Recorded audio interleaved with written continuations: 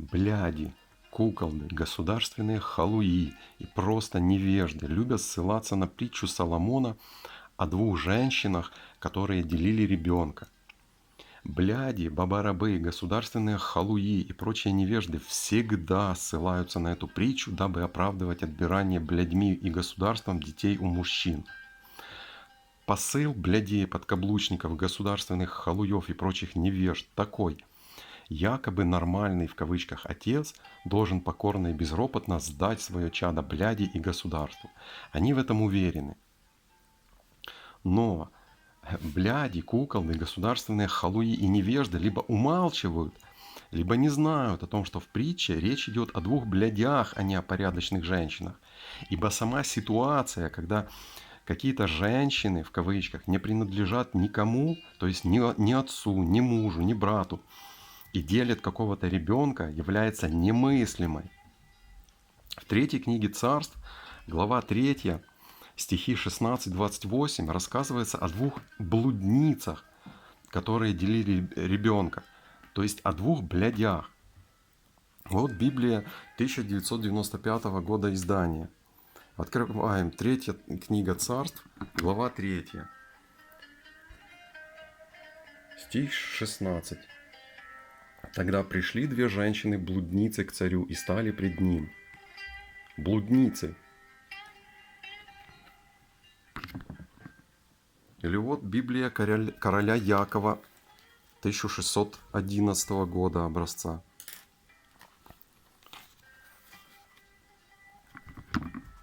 Смотрим, что тут написано.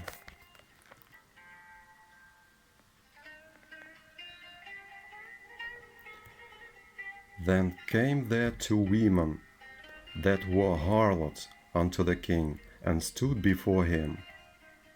Harlots.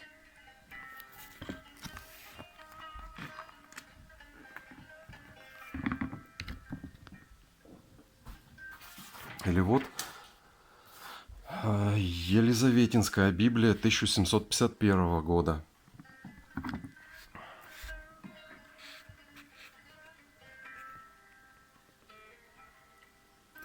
Тогда явитеся две жене блудницы пред царем. Или вот Острожская Библия 1681 года. Тогда престасти две жене блудницы пред царем.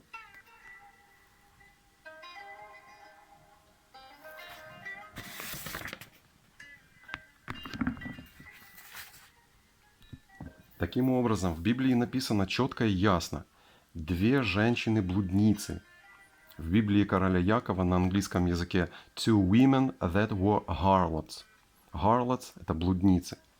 Блудница – это блядь, ибо блуд и бляд есть один и тот же корень. Блядство равно блудство. Всю историю человечества в любом нормальном обществе женщина рожала детей мужу, а не себе. И принадлежала порядочная женщина только мужу. И дети ее принадлежали мужу. Поэтому сама ситуация, когда две какие-то бабы делят ребенка, уже заведомо означает, что речь идет не о порядочных женщинах, а о каком-то блядстве. Но те, кто писал Библию, еще и дополнительно обозначили героинь данной притчи словом «блудницы», дабы у читающего 3 главу 3 книги Царств вообще не оставалось никаких сомнений, про какого вида женщин в кавычках идет речь. Так что если бляди, куколды, государственные халуи и просто невежды, которые ссылаются на притчу из 3 книги Царств в Библии, внимательно почитают эту самую Библию, они увидят, что там утверждается одно и то же естественное правило. Она родила ему, не себе, не государству, а именно ему, то есть мужу. Порядочная женщина рожает детей не себе, не государству. Порядочная женщина рожает детей мужу и только мужу.